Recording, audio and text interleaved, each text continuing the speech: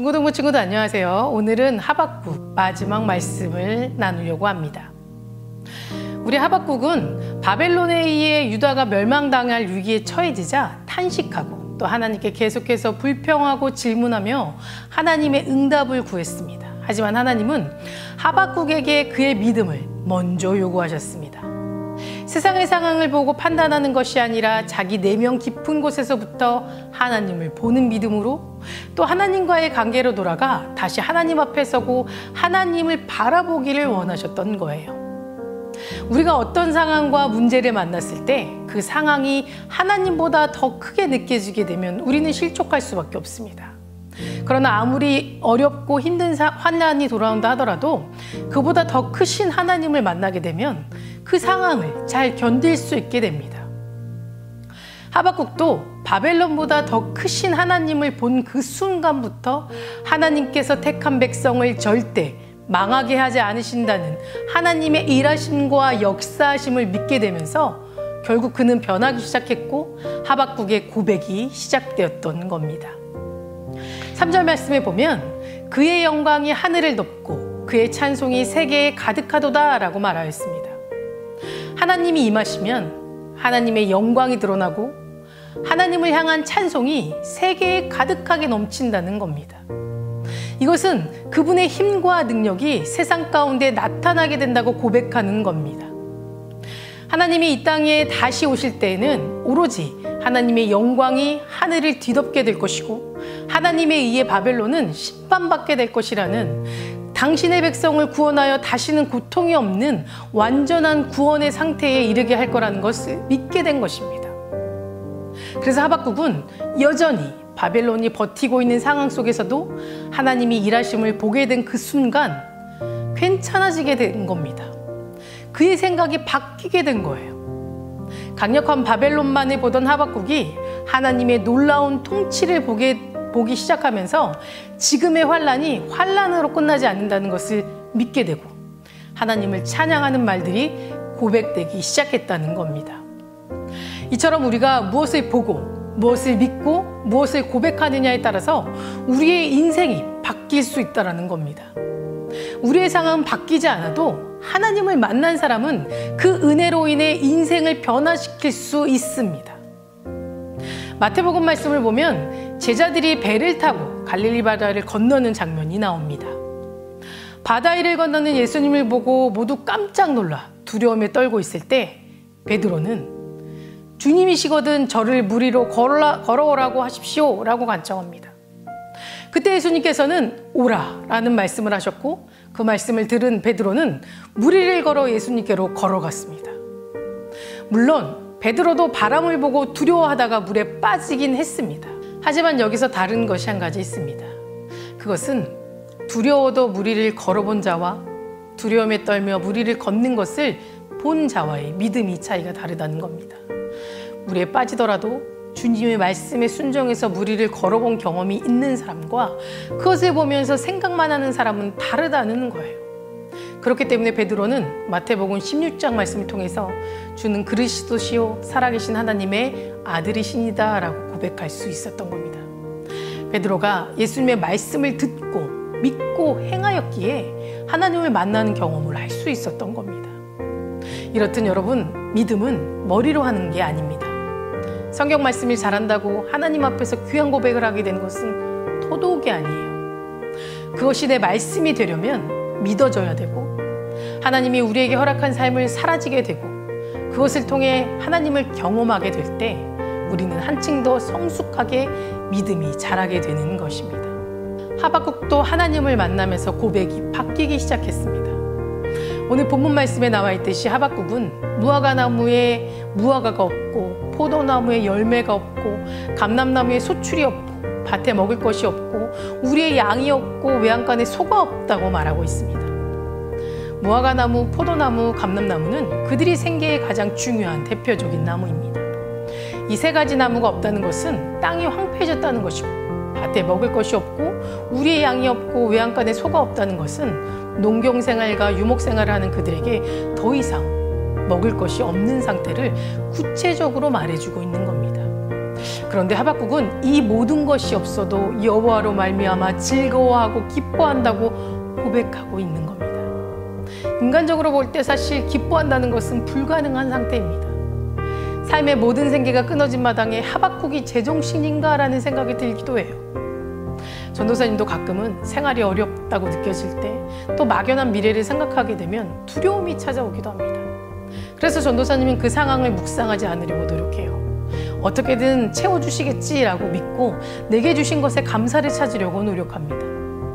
그런데 하박국은 노력하겠다라고 하는 것이 아니라 비록 그런 상황 가운데 있다 할지라도 여호와로 말미암아 기뻐하겠다고 고백하고 있는 겁니다. 불가능하다 생각하는 이 말이 참된 믿음을 가진 사람의 고백이 되어야 한다는 것입니다. 이 장에서 하나님께서는 의인은 그의 믿음으로 말미암아 살리라 라고 말씀하셨습니다. 믿음으로 산다는 것은 뭐뭐 할지라도 여호와로 말미암아 즐겁고 기뻐하며 산다라는 겁니다. 이렇게 살아갈 수 있는 것은 믿음으로 산다는 것이 하나님의 약속에 있기 때문인 겁니다.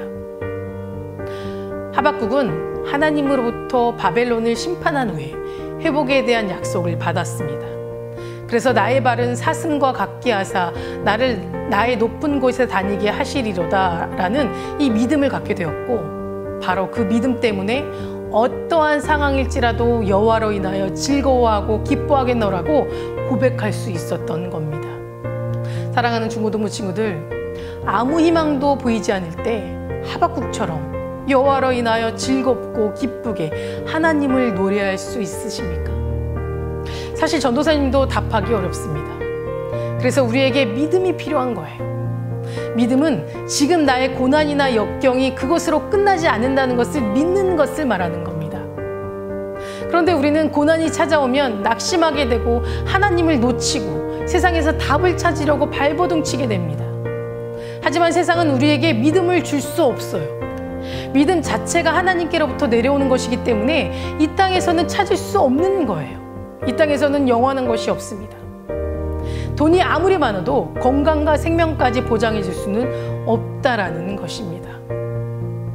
여러분, 믿음이란 세상이 우리에게 줄 수 없는 것이 아무것도 없다는 것을 인정하는 것이에요. 지금 내게 당하는 고난과 역경이 내 몸과 마음에 비록 어려움을 줄 수는 있지만 날 어쩌지는 못한다는 그 사실, 이 고난을 넘어서는 하나님의 역사가 있음을 아는 그것이 믿음인 겁니다. 하박국은 이 고난이 끝이 아니라 고난을 넘어서는 하나님의 역사가 있음을 알았고, 그렇기 때문에 노래할 수 있었습니다. 우리가 하박국처럼 믿음으로 산다는 것은 생각처럼 쉬운 일은 아니에요. 하나님께 대한 전적인 신뢰가 없이는 불가능한 일입니다. 하나님께서 허락하신 이 고통조차 선한 것이라는 확신이 우리 가운데 있어야 하는 겁니다. 비록 자신을 환난 가운데 두실지라도 언젠가 자신을 구원하시고 영원롭게 하실 것이라는 확신 없이는 여호와로 말미암아 기뻐한다는 것은 불가능한 일입니다.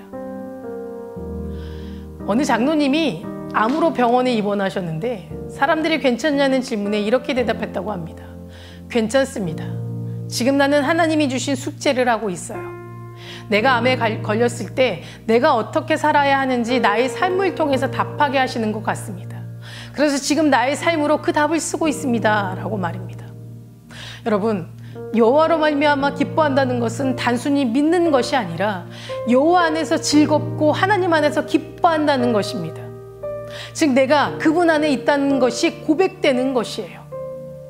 이 장로님은 이미 그분 안에 있다는 것을 고백하며 살고 있는 증거입니다.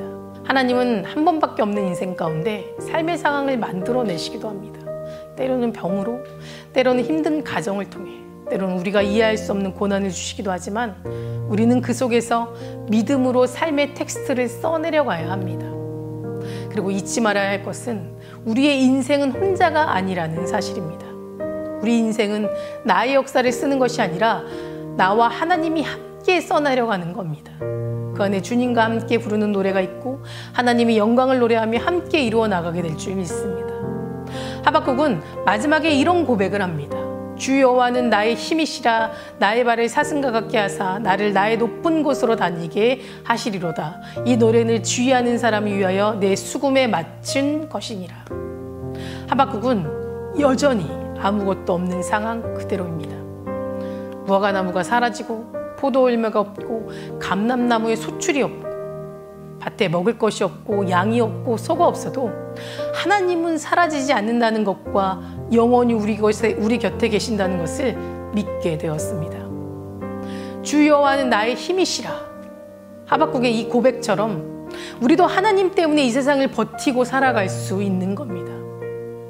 이것이 우리의 믿음의 고백입니다. 우리는 하나님을 붙잡아야 합니다. 하나님이 하실 것을 믿어야 합니다. 나의 힘이 되시는 주님을 바라보고 기도해야 합니다.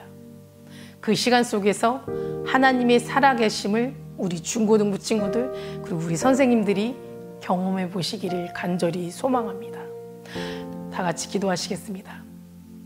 사랑과 은혜가 충만하신 주님 감사합니다. 오늘도 하박국 말씀을 통해 하나님께서 저희에게 말씀을 주셨으니 그 말씀을 붙잡고 세상에 나가기를 원합니다.